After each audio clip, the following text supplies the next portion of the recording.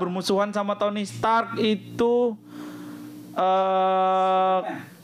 Kapten Amerika, Pak. Kapten Amerika. Wih, gokil. Wih. Kapten Amerikanya datang. Thank you. Siap. Assalamualaikum warahmatullahi wabarakatuh. Selamat datang di Korkal Siniar, di mana semua suara bisa didengar. Oke, selamat datang kembali teman-teman sobat cerdas semua di Korkal Siniar, dan ini adalah episode yang sangat spesial ya, karena saya ngomong ini di semua episode ya. Tapi enggak, ini beneran spesial karena hari ini kita kedatangan seorang dukun online. Lu kok dukun online? Enggak, sorry. Kita hari ini akan ngobrol-ngobrol bersama dengan seorang tenaga pengajar di BPSDM Kaltim. Beliau ini adalah PNS senior ya, yang berhasil dengan banyak kinerja beliau, dan sudah hadir bersama saya di studio Pak Salman Lumoindong. Apa kabar Pak Salman? Assalamualaikum. Alhamdulillah. Waalaikumsalam. Oke, ini sebenarnya sebuah apa ya namanya, keistimewaan buat orang Kaltim bisa menghadirkan beliau karena jadwalnya padat banget gitu teman-teman ya. Nah, buat teman-teman yang belum tahu ini apa namanya, kenapa tiba-tiba Korkal ngajakin seorang Salman Lumoindong. Nah, saya sedikit kasih gambaran ya buat teman yang belum tahu ya.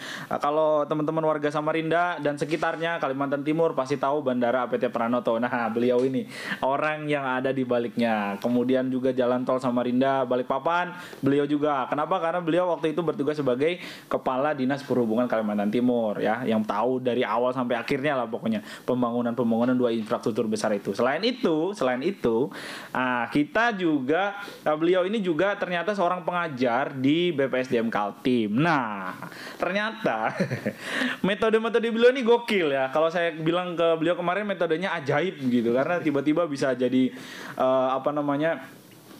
bisa jadi dukun online yang saya bilang tadi, bisa jadi bisa jadi supir angkot, nah yang gitu-gitu. Nah, kita nggak ngerti nih apa yang mendasari itu semua ya, kenapa Pak Salman bisa keluar ide begitu gitu ya. Biasanya kan ide-ide kayak gini keluar dari teman-teman yang masih muda nih ya. Pak Salman mungkin jiwanya muda. Gimana Pak Salman, boleh diceritain nggak Pak, itu ide-idenya tuh datang dari mana Pak sebenarnya Pak? Terima kasih Mas Rusni. Saya ini sedikit kaget juga nih Anda ngundang kemari. Siap. Saya bukan pejabat lagi gitu kan.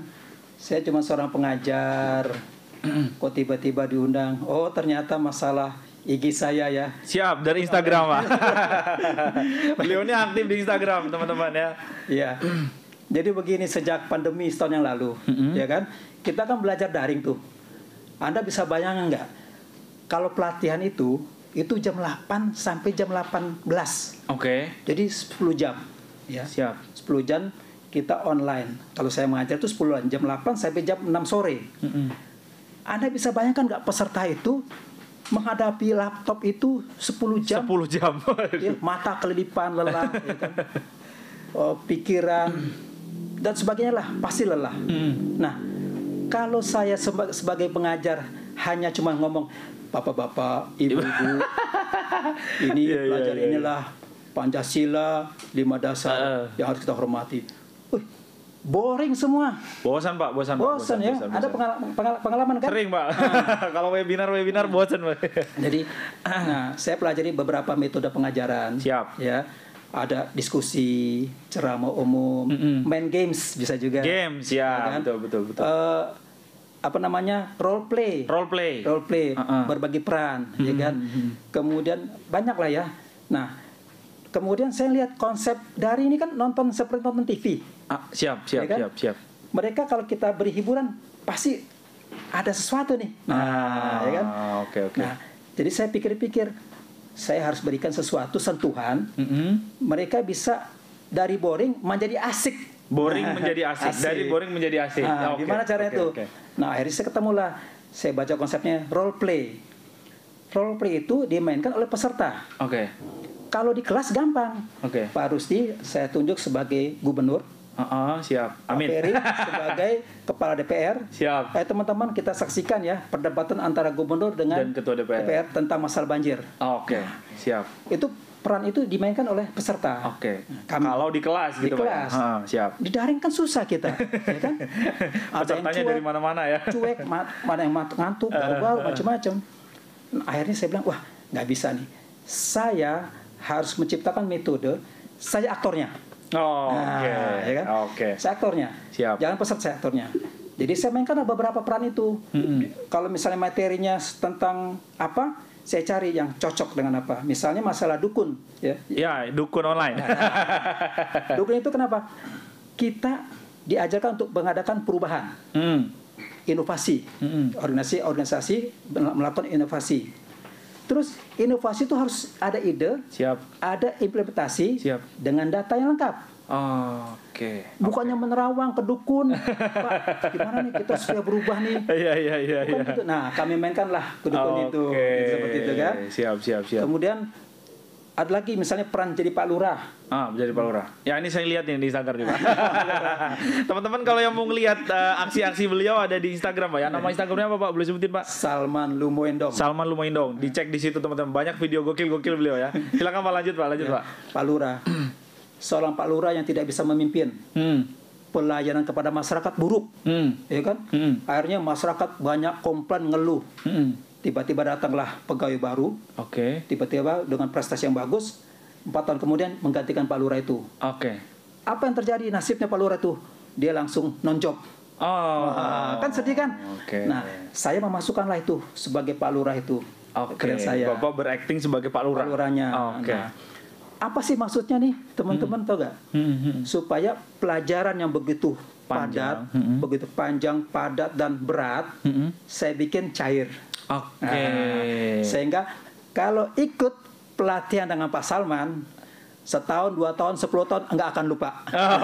Oh, itu dia. Baik materinya, Itu dia. Maupun orangnya. artinya materi itu akan selalu ingat. Dulu yang jadi Pak Salman, Pak Lurah. Kalau Pak Lurah arogan, nasibnya seperti ini. Oke. Itu kan. Oke. Coba bayangkan kalau saya ngajar teman-teman, saudara tidak boleh arogan, saudara tidak boleh masuk keluar kiri, keluar kanan. Iya. Tapi kalau saya lakukan dengan acting yang luar biasa, dengan depan kamera, dengan gimmick yang macam-macam, pasti kan akan terkesan. Oke. Nah, gitu loh saya. Siap. Ada pengalamannya gitu. Pengalaman Pak. gitu. Pak, ini kan Bapak sudah ceritain nih, Pak. Boleh dong. Boleh dong diperagain, Pak. Salah satu lah, Pak. Misalnya jadi supir angkot deh atau apa deh, Pak, gitu misalnya, Pak. Waduh, itu rahasia. Waduh, rahasia. Kalau mau ikut pelatihan saya. Waduh. Gak bisa, Pak. Saya bukan CPNS. Ya, Atau gini Pak, mungkin boleh dikasih gambaran ke teman-teman nih, Pak. Gimana sih kalau Bapak mengajar itu dengan gimmick-gimmick komedik atau role playing atau menjadi aktor itu, Pak? Boleh diceritain ya, Pak? Jadi kami menyebutnya ini sebagai live fragment. Live fragment. Jadi tayangan langsung, drama mini tayang langsung. Oke. Dengan aktornya seorang widya suara, tetapi saya melibatkan Anda peserta nih. Oke, siap. Saya ambil emosinya, saya serap emosi mereka, saya masukkanlah ilmunya itu, materinya itu. Oke. Berat. Siap, Jadi siap. istilahnya itu materi buku segini, dengan saya ngasih pemahaman internalisasi itu, maka dia langsung cair. Oh, maksudnya begitu. Oh, oke. Contoh ya. Siap. Contoh ya. Siap. Oh, oke. Contoh ya. Ya, misalnya, Pak, misalnya. Ini berat nih. Misalnya ada materi namanya Whole of Government. Whole of government. Ya. Oke. Itu pemerintahan menyeluruh ya. Pemerintahan secara menyeluruh. Oke. Bagaimana penyelenggara pemerintah itu dilakukan dengan secara tanda kutip koordinasi. Oke, Ya. siap. Pendekatan koordinasi. Koordinasi dalam pemerintah, siap. Kolaborasi, sinergi antar sektor. Oke. Kalau Anda misalnya banjir ya, banjir Samarinda nih, mohon maaf ya banjir Samarinda ya. Halo Bang Andi Harun. Mohon maaf. Kalau ditangani oleh seorang PU saja, dinas PU nggak mampu. Nggak mampu, oke. Ya. Dilibatkanlah badan bencana, Oh, BPBD. dinas kesehatan, penanganan pasca banjir. Betul. Kemudian para camat, mereka bersatu padu, bersinergi, berkolaborasi, menangani banjir secara keseluruhan. Oke, siap. Dari mulai infrastrukturnya, penanganan pasca banjirnya, kesehatannya. Oke. Itu namanya Dari semua lini sektor gitu, sektor Pak. itu mereka berkoordinasi, berkolaborasi, menghasilkan satu kegiatan yang kalau dikeroyok tuh pasti bisa. Oke, siap. Gitu ya. Siap. Kan susah kalau jelaskan dengan teori kan. WOG, Whole of Government adalah pendekatan pemerintahan penyelenggara pemerintahan dengan pendekatan upaya kolaborasi antar semua sektor. Wah, kan berat tuh. Intinya terlalu ini Pak ya, terlalu jauh kayaknya. Saya mainkanlah. Anda pernah nonton Avenger gak? Avenger, wah saya penggemar Marvel nih Pak. Kenapa nih Pak? Ini peserta nih gimana? Pak, misalnya Pak Ferry ini peserta. Anda penggemar Avenger gak Pak Ferry? Iya. Kan? Apa sih Avenger itu? Coba. Nah, Avenger itu sekumpulan tim yang berusaha melawan penjahat. Misalnya yang di Endgame itu ada Thanos penjahatnya. Thanos itu musuh bersama kan? Iya. Ada tokoh-tokoh Avenger dari siapa saja itu, mereka kan bersatu tuh untuk melawan Thanos. Oke. Bisa gak seorang si Thor itu melawan Thanos sendirian? Gak bisa karena di adegan pertama udah jatuh Pak. Nah, ya kan? Sama. Ya. Di WOG itu kami mengajarkan kalau Anda bersinergi, berkolaborasi, pasti bisa mengalahkan masalah. Bersama tadi ya. Oke. Musuh bersama. Sekarang saya cek ya, Pak Ferry sama Pak Mas Rusdi. Coba. Kenal gak tokoh-tokoh Avenger? Oh, saya sebutin Pak ya. Saya ambil catatan saya nih ya. Saya sebutin Pak ya, pelan-pelan Pak ya. Ada Ant-Man, si manusia semut. Terus ada si ganteng Spider-Man ya. Ada lagi si ilmuwan aneh si Hulk. Terus ada juga penyihir si Doctor Stranger ya, yang ada film barunya lagi tuh. Lah ditantang Pak Salman nih jadinya nih, apa lagi ya? Si anaknya Odin, Thor ya. Tadi udah disebutin Pak Salman. Terus juga ada si Raja Wakanda Black Panther ya. Ada lagi si pemanah, siapa namanya itu ya, pemanah. Terus juga ada lagi si cantik Black Widow. Terus juga ada Vision. Nah, Vision ini idola saya nih, Vision. Dan juga ada si siapa lagi ya, si penyihir temannya Doctor Strange itu siapa ya namanya ya, yang sempat bermusuhan sama Tony Stark itu. Kapten Amerika Pak, Kapten Amerika. Wih, gokil. Wih, Kapten Amerikanya datang. Thank you. Siap. Oh, gokil. Saya Kapten Amerika. Siap. Kita sudah bisa mengalahkan Thanos. Oke. Ya? Siapa? Aduh, ada apa ini? Thank you. Hulk. Iron Man, Anda luar biasa Anda.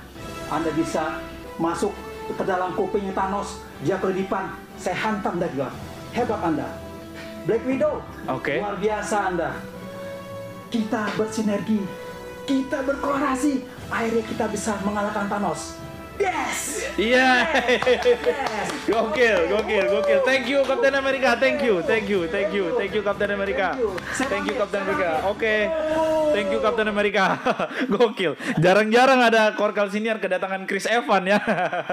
luar biasa. Tapi ini memang di luar bayangan saya nih ya, teman-teman, di luar teman-teman studio nih, Ferry Openg juga nggak ada yang tahu nih tiba-tiba ada Captain America muncul di sini ya. Aduh, gokil. Sampai tadi kirain apaan, disuruh nyebutin hero-nya Avenger ya. Ternyata Captain Amerikanya langsung muncul ke studio Koran Kaltim Siniar ya. Luar biasa. Dan semangatnya kayaknya bisa sampai ke penonton nih teman-teman ya. Waduh, luar biasa Pak Salman. Pak Salman balik lagi. Dari mana Pak Salman? Iya. Oke. Gimana? Boleh kita tukar tempat duduk lagi Pak? Oke. Siap. Oh iya. Oke. Oh siap. Oh ini benar-benar di luar ekspektasi saya teman-teman ya. Mengejutkan. Gimana? Surprise gak? Kaget gak? Kaget Pak. Karena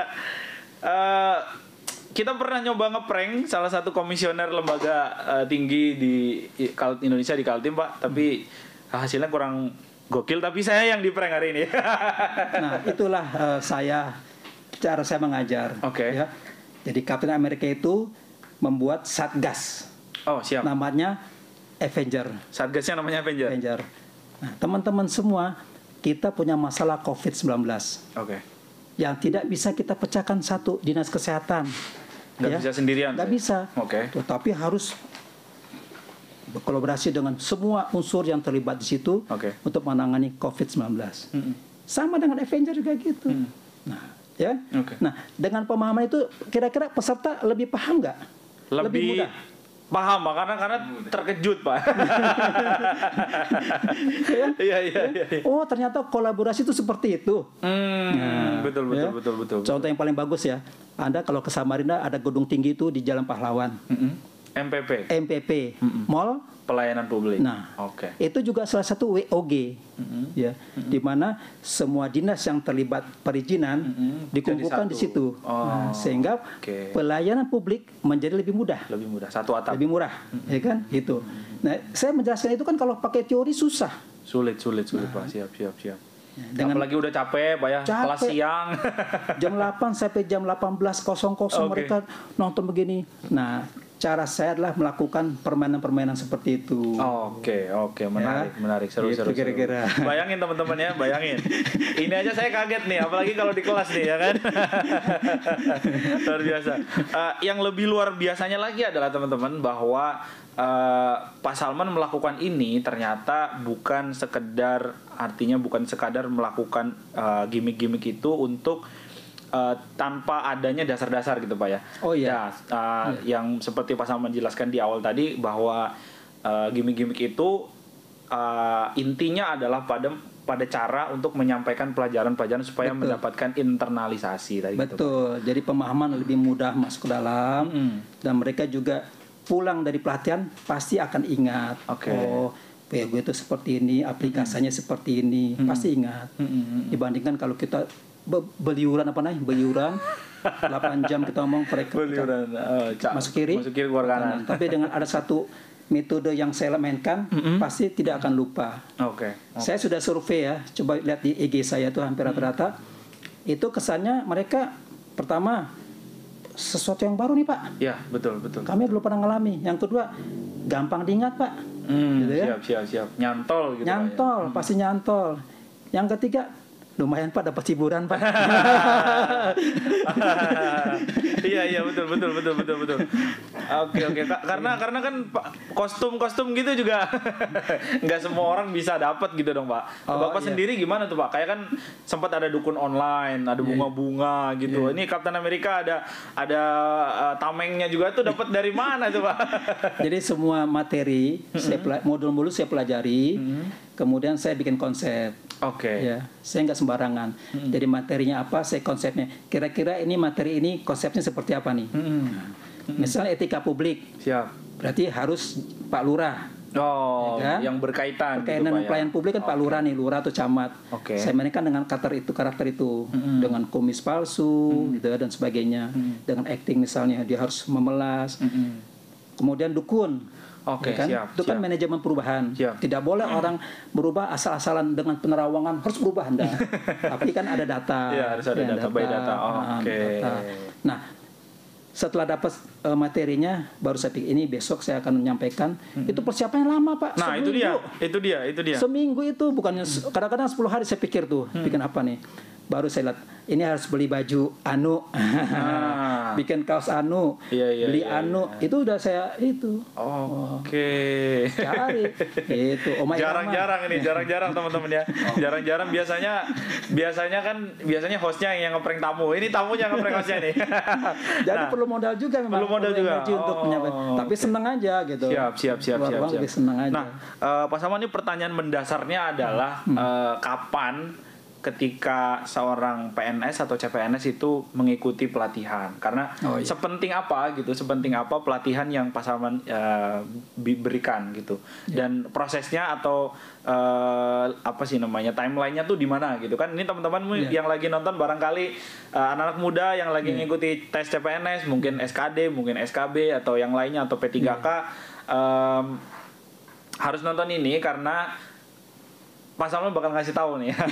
Jadi stepnya tuh gimana gitu. Setelah mereka tes, ini saya nggak tahu sama sekali ya. Saya nggak pernah ikut tes CPNS ya. Setelah tes lulus, kemudian harus ikut pendidikan dasar gitu Pak. Iya, Atau gimana jadi Pak? gini, setelah mereka lulus, mereka akan mendapatkan SK CPNS. SK CPNS, oke. Calon, masih C loh. Masih C, oke. Calon PNS. Oke.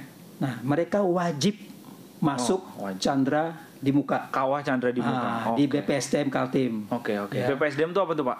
Badan Pengembangan Sumber Daya Manusia. Oke, Badan Pengembangan Sumber Daya Manusia. Adanya di Oke. Seberang sana kan. Di Seberang, oke. Nah, untuk para CPNS itu wajib hukumnya. Wajib. Oke. Dan itu harus lulus. Oh, siap. Kalau nggak lulus, maka Anda tidak mungkin menjadi seorang PNS. Oke, siap. Kenapa harus masuk sana? Kita akan memberikan mereka bimbingan di pendidikan, pengajaran, pelatihan. Anda menjadi seorang PNS yang diharapkan nanti Oke. menjadi profesional, integritas, Berintegritas. Oke, betul. dan beretika. Nah, itu juga Etika. penting tuh Pak. Penting itu Ya. Pak, penting sekali itu. Nah, di situ sebulan tuh mereka, sebulan dengan materi banyak tuh. Agenda 1 Anda diberikan metode itu bela negara, Bela negara. Iya. wawasan kebangsaan, NKRI harga mati, gitu kan. Siap. Harus tertanam. Tertanam dulu kan. Siap. Kemudian yang paling pokok tuh agenda kedua, namanya aneka. Aneka. Nah, apa itu Pak aneka? Aneka. Aneka itu singkatan A. anti korupsi. Anti korupsi. N-nya apa tuh N-nya Pak? N-nya nasionalisme. Nasionalisme. Itu Oke. dasar-dasar Pancasila itu harus tertanam di dalam hati seorang PNS. Ya. Kemudian E. E-nya etika publik. Oh, siap. Nah, Etika itu publik. yang Anda Etika perlukan kan? Etika publik. Terus Aneka. K. K-nya komitmen mutu. Komitmen mutu. Jadi seorang PNS harus punya kreatif, inovatif, Siap. efisien, efektif bekerja. Nggak sembarangan. Sudah yang penting aku jam 8 masuk, jam 4 pulang. Ya, Enggak. ya. Bagaimana daya kreatif dia itu bisa muncul? Ada masalah, dia punya berpikir, saya harus mecahkan seperti ini. Siap. Nah, itu namanya komitmen mutu. Oke. K. Kemudian A yang terakhir, Akuntabilitas. akuntabilitas. Siap. Harus bisa dipertanggungjawabkan. Oke, siap. Itu agenda kedua. Agenda kita dapat lagi, agenda 3 dapat lagi dia, 3 mata kuliah. 1 WOG tadi tuh. Wall of game. Ya, Oke. Whole of Government. Wall of game. Ya, Kok bagaimana- saya mikirnya jadi wall of game tadi Pak. Siap. Lanjut. Udah dapat lagi materi pelayanan publik. Pak, ini kan dia. bagaimana Anda cara melayani yang baik, ya kan? Pak, Nggak cemberut gitu Pak ya, nggak ngomong kasar gitu ya. Ini aja. Kalau yang datang orang miskin, nggak usah dilayani lah. Gitu. Aduh. Sering tuh Pak. Nah, itu kan. Berarti belum ikut kelasnya Pak Salman ya. Belum kena saya dia, ya kan? Iya. Itu masih jadul kan? Masih jadul. Tapi PNS milenial harus wajib ikut saya. Itu dia. Supaya. Terus apa lagi yang terakhir? Manajemen ASN. Manajemen ASN. Jadi Anda tahu hak dan kewajiban Anda apa sih? Oke. Itu biasa dari Undang-Undang ASN nomor 5 tahun 2014 ya. Oke. Itu kami jelaskan semua. Tahu dia haknya apa, Oke. kewajibannya apa, harus seimbang. Oke, siap. Itu 1 bulan, kemudian kami tugasi mereka untuk membuat aktualisasi di kantor. Siap. Oke. Jadi pelatihan 1 bulan, mereka harus kembali ke kantor selama 1 bulan melakukan aktualisasi. Apa nih aktualisasi maksudnya apa ya? Action. Apa yang Anda lakukan di kantor terhadap materi ini semua? Oke, siap. Misalnya yang sudah Anda- dia dapat dieksekusi di kantor. Misalnya Anda seorang guru. Guru ya, misalnya guru. yang gampang guru. Anda punya konsep bagaimana metode belajar yang bagus supaya murid tertarik. Bagaimana membuat bahan ajar. Oke. Yang jangan yang jadul lagi. Harus bisa bikin video pengajaran yang bagus misalnya dan sebagainya. Jadi betul-betul dia punya arah perubahan terhadap kegiatan yang lama yang jadul menjadi baru. Jadi anak-anak lebih suka. Oke. Itu kalau seorang guru misalnya. Artinya nggak cuman teori yang Tidak. didapat selama sebulan, tapi harus juga benar-benar dieksekusi. Prakteknya di sebulan terakhir itu. Oke.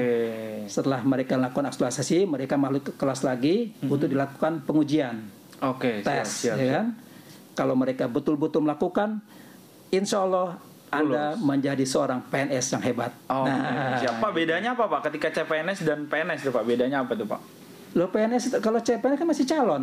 Berarti dia juga belum dapat haknya setelah penuh gitu, Pak? Belum dong, masih 80%. Oke, itu dia teman-teman ya. Nggak bisa, dan ada batas waktunya. Kalau misalnya sudah kalau berasa, dia akan gugur dengan sendirinya dong. Oh gitu. Iya, berarti dia nggak kompeten jadi PNS. Makanya harus masuk. Siap. Itu dia teman-teman. Jadi kalau masih CPNS harus ikut Latsar ya, Diksar Pak ya. Iya.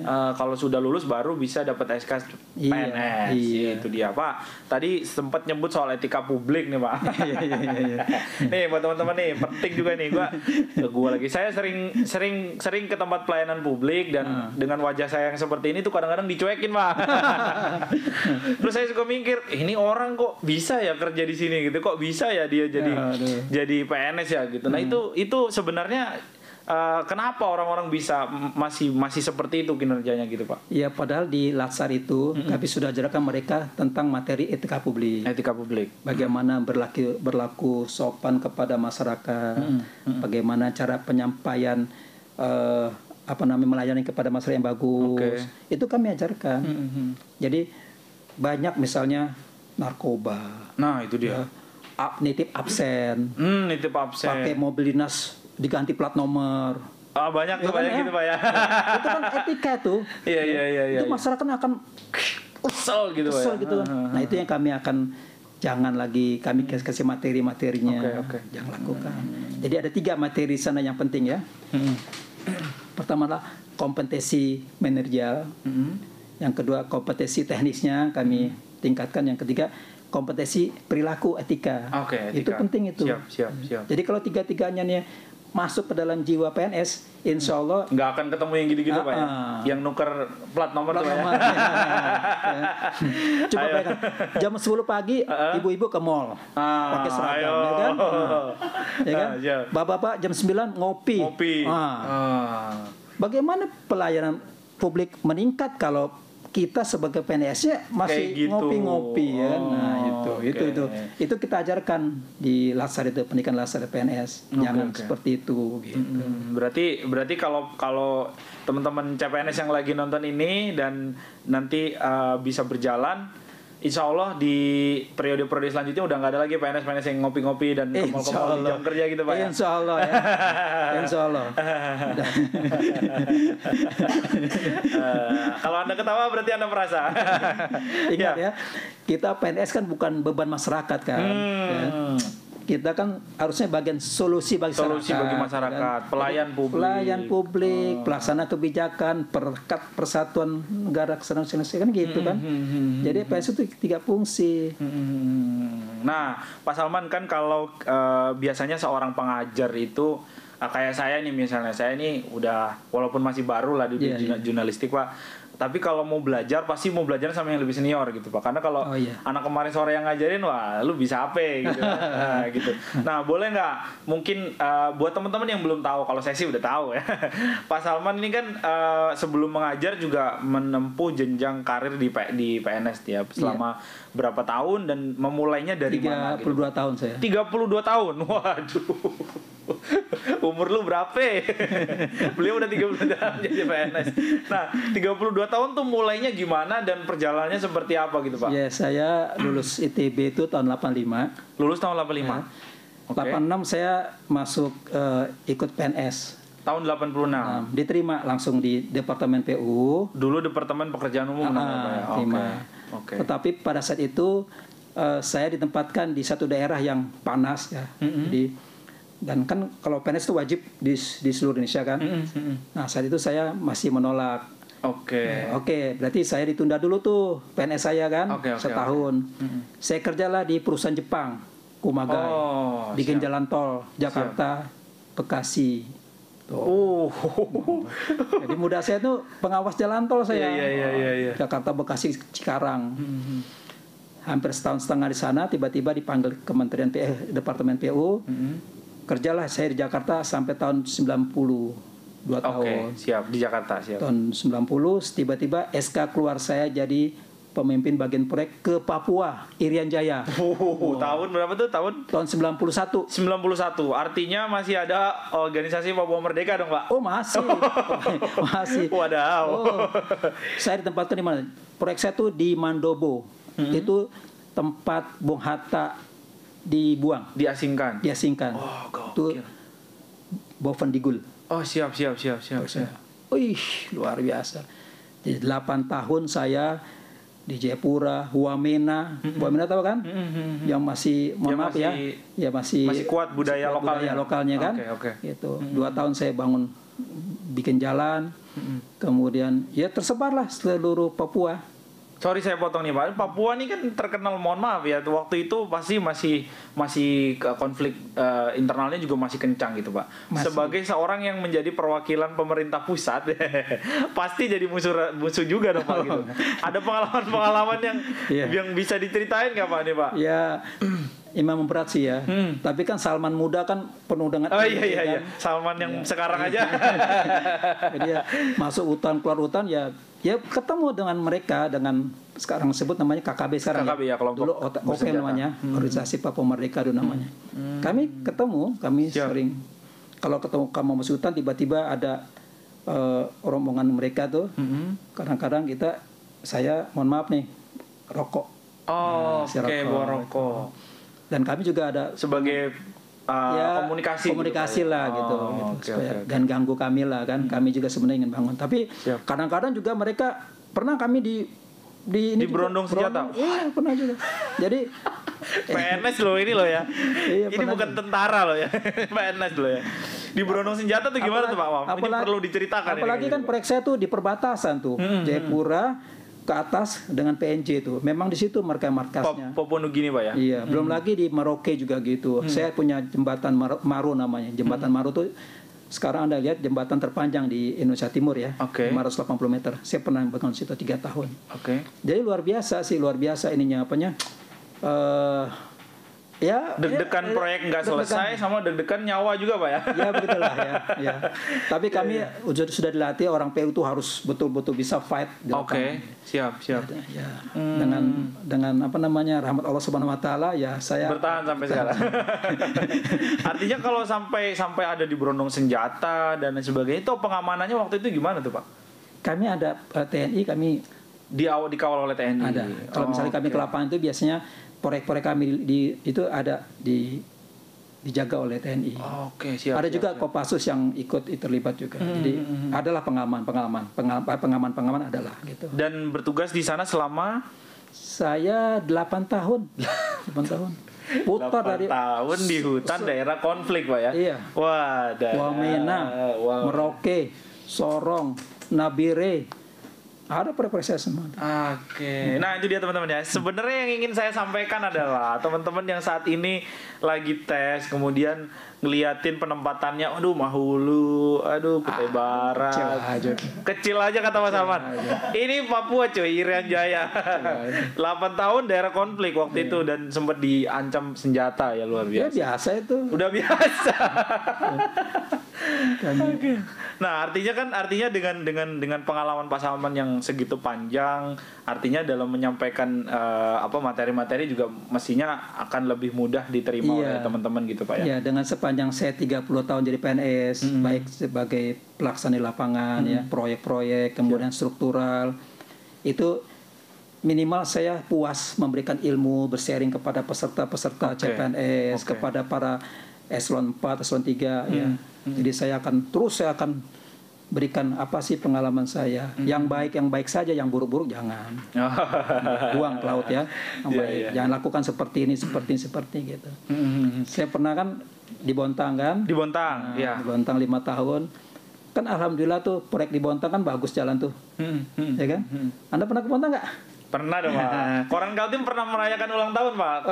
Ke-13 ya Bang ya? Iya ke-13. Ke-13 di Bontang. Ya, halo masyarakat Bontang. Alhamdulillah. Saya Pimpro waktu itu jalan yang 2 jalur itu dari ujung ke ujung ya. Tahun berapa itu Pak? Boleh ceritain Pak?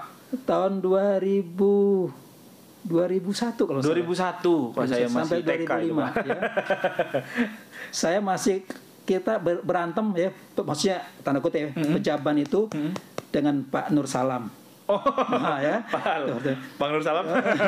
Ya kan, saya kan Pimpro kan, masih muda, dia juga kan namanya bagaimana pembangunan di Bontang itu supaya berhasil kan, sama-sama sih niatnya bagus. Dan itu saya terpacu jadinya. Siap. Kita nggak bisa main-main nih kalau bangun di Bontang nih dengan pengawasnya Pak Nur Salam, saya ingat banget ya. Pak Ubay itu, Siap, kenal ya, Pak Ubay senior, Pak ya. senior kan? Nah, ada dulu tokoh Pak Simanjuntak. Wah, itu keras tuh ngawasin proyek saya tuh. Tapi saya bersyukur setahun. Justru bersyukur Pak ya? Bersyukur saya. Bukan risih Pak ya? Oh enggak. Saya bilang saya ke Bontang bukannya untuk cari uang kok, saya bilang. Ya kan? Saya sudah pimpro APBN keliling dunia istilahnya ke Papua. Dan saya akan niat saya, ayo kita bangun Bontang dengan sebaik-baiknya. Gitu. Silakan ukur ketebalannya, lebarnya, komposisi aspal. Ayo kita sama, Siap. ya kan? Kita nikmati sama-sama gitu kan. Alhamdulillah kan. Alhamdulillah. Kalau Sampai kita- sekarang bertahan Pak ya? Alhamdulillah. Saya sekarang. berasa kalau ke Bontang tuh rasanya Mengingat gini masa loh, lalu Pak ya? ya. Bagus kan trotoarnya, Iya, kiri iya, kanan, iya, iya, desainnya. iya. Oh. Senang saya, senang. Jadi karya-karya Pak Salman ini masih bisa dinikmati sampai sekarang gitu Pak. Nah, bicara soal karya-karya tadi di awal saya sempat nyebut nih. Saya sempat nyebut di awal soal Pak Salman bekerja juga di balik mega proyek yang ada di Kaltim. Yang saya sebut tadi ada Bandara APT Pranoto, ada juga Tol Samarinda Bontang. Nah, boleh ceritain Pak peran Bapak di situ waktu itu bagaimana? Jadi gini, kalau saya di APT Pranoto, saya kan cuma 3,5 tahun. Ya. Jadi saya bukan kerja saya sendiri kan, ada pendahulu Pak Jairin dan Siap. sebagainya kan. Saya hanya kebetulan di saya itu finishingnya. Finishingnya, SK-nya keluar di zaman Bapak ya? Iya. Tetapi juga finishing itu sangat berat kan. Sangat berat, betul, Karena itu kan langsung permukaan kan. Lebih enak kita bekerja itu kan di dalam tuh nggak Siap, kelihatan orang. siap. Tapi begitu muncul, orang akan melihat semua kan. Itu berat, emang berat sekali tuh. Yang sempat gagal terbang itu Pak ya karena iya. landasannya bolong gitu Pak ya? Kan berat sekali tuh. Nah, tapi teman-teman kontraktor, konsultan dengan kerja keras ya kita tim, nah, ini kita bisa atasi dengan kondisi lahan yang memang seperti itu ya tanahnya. Oke. Alhamdulillah gitu loh. Ya pasti ada kekurangan pastilah. Kita manusia nggak ada yang sempurna ya. Tetapi itulah usaha maksimal kita untuk menyelesaikan bandara APT Pranoto. Nah kalau di Tol Balsam nih Pak, Kalau Tom saya tidak begitu banyak berperan ya itu PU. Tapi waktu saat di Bapeda dan Biro Bangda, dari situ. saya kan Siap. kepala Biro Bangda dulu. Kami membantu bagaimana pengendaliannya, Oke. bagaimana memberikan masukan-masukan kepada teman-teman di lapangan. Oh itu dia. Artinya kalau mau jadi PNS yang berintegritas dan berkualitas ya, seperti Mas Salman ini. Ya? Insya Allah, insya Allah. Insya Allah. Nah, jadi karya-karyanya bisa dinikmati sampai sekarang, bahkan setelah di akhir-akhir pengabdian gitu Pak ya. Iya. Insya Allah. Saya kan harus pensiun kan nih. Oh siap. Tapi karena sebagai widya suara diperpanjang 5 tahun dengan tugas mendidik para aparatur, baik Anda sebagai calon PNS ya, maupun para pejabat eselon 4, eselon 3 dan PNS yang memang ingin kita tingkatkan kompetensinya. Itu dia teman-teman. Jadi kalau teman-teman saat ini di wilayah Kalimantan Timur atau yang sedang ikut tes CPNS di yang penempatannya di wilayah Kalimantan Timur bisa jadi nanti ketemu Pak Salman di kelas. Insya Allah. Nggak usah takut. Nggak usah takut. Menarik kayak tadi kan. Pokoknya asik menyenangkan. Asik menyenangkan. Ilmu langsung dapat. Itu dia. Pak kan kita ngomongin soal pengabdian. Nah sehari-hari Bapak hobinya apa sih Pak sebenarnya Pak? Saya sekarang jogging aja. Jogging. Jogging jadi hobi Pak ya? Jogging 1 jam lah, Jumat, Sabtu, Minggu wajib kan. Terus Rabu kadang-kadang. Jadi seminggu 4 kali lah jogging. Oh seminggu 4 kali. Siap. Keliling-keliling bandar ini aja apa tuh Stadion Sembaja. Kadang-kadang muter Kunmul itu aja. Oke. Iya. Luar biasa. Sampai saat ini kan udah mengabdi 30 tahun. Umur saya aja belum nyampe itu Pak. Nah, Kak, boleh ini agak sensitif pernyataan ini Pak. Usia sekarang berapa Pak? Sekarang 61 lewat. 61 lewat. Wah, masih segar. Alhamdulillah. Boleh di-share tuh Pak, ininya apa Pak? Apa namanya? Supaya selain fisik juga girohnya gitu, apa sih namanya? Passionnya gitu. Ya kita kan hidup di sebenarnya menunggu saja kan. Jadi kita diberikan usia yang segini sudah alhamdulillah. Ya lakukanlah karya yang terbaik hidup ini kan. Yang akan dipertanggungjawabkan pada yang kuasa. Itu saja. Jadi dari fisik ini akan kita PNS itu niatnya apa? Nah, itu dia. Tanamkan dulu. Kita bangun jalan. Pasti itu pahala tuh. Kalau niatnya benar. Karena kaki kita akan satu di sorga, satu lagi Di neraka. neraka. Kalau niat kita benar, maka jalan kita di lari itu jadi ladang amal. Tapi kalau niat kita salah dengan berbagai macam-macam ininya di dalamnya, maka itu sesungguhnya banyak mudaratnya bagi kita. Itu bahaya. Oke. Ya. Siap. Jadi seorang PNS itu sebenarnya mulia tugasnya, sangat mulia. Ya, jadi sekarang harus dirubah lah mindset Anda sebagai PNS tuh. Ya. Oke. Niatnya dulu harus bener gitu. Benar Pak, dulu ya? niatnya, gitu. Karena bisa masuk surga, bisa juga. Bisa masuk neraka. Karena pertanggungjawabannya agak berat. Betul. Apalagi saya nih sudah 32 tahun, saya juga kadang-kadang ngeliat ke belakang, masya Allah, ya. Jadi juga kan, jadi juga bagaimana caranya kan, gitu. Jadi baru sekarang sadarnya, oh iya, kita harus berubah mindset PNS itu loh. Nah ini apa ini? Kan kita punya kekuasaan tuh, biar kecil apapun, Anda staf nih, Anda kan PNS tetap, itu cuman ngurusin surat masuk aja, itu kan punya kekuasaan loh. Iya. Tiba-tiba surat masuk ditahan sama Anda, taruh di laci, ya kan? 2 hari baru dikeluarin. Iya. Kekuasaan tuh. Iya betul. Cuman yang jadi sekecil apapun peran Anda seorang PNS itu punya kekuasaan. Dan berarti ada tanggung jawabnya gitu Tanggung Pak. Ya? jawabnya gitu loh. Kalau kata pamannya Spider-Man. Ya kan? Iya. Kekuatan besar datang bersama dengan kewajiban besar datang. Nah, itu dia. Jadi sekecil apapun Anda punya kekuasaan. Nah, sekarang kita rubahlah bagaimana kekuasaan itu bukan kekuasaan yang kita pegang. Pelayan. Nah, mindsetnya dirubah Pak ya, bukan kekuasaan tapi pelayan. Jadi PNS sebagai pelayan. Yang kedua, wewenang. Wewenang. Sekecil apapun jabatannya, Anda kan punya wewenang. Anda guru nih, Anda punya wewenang kan?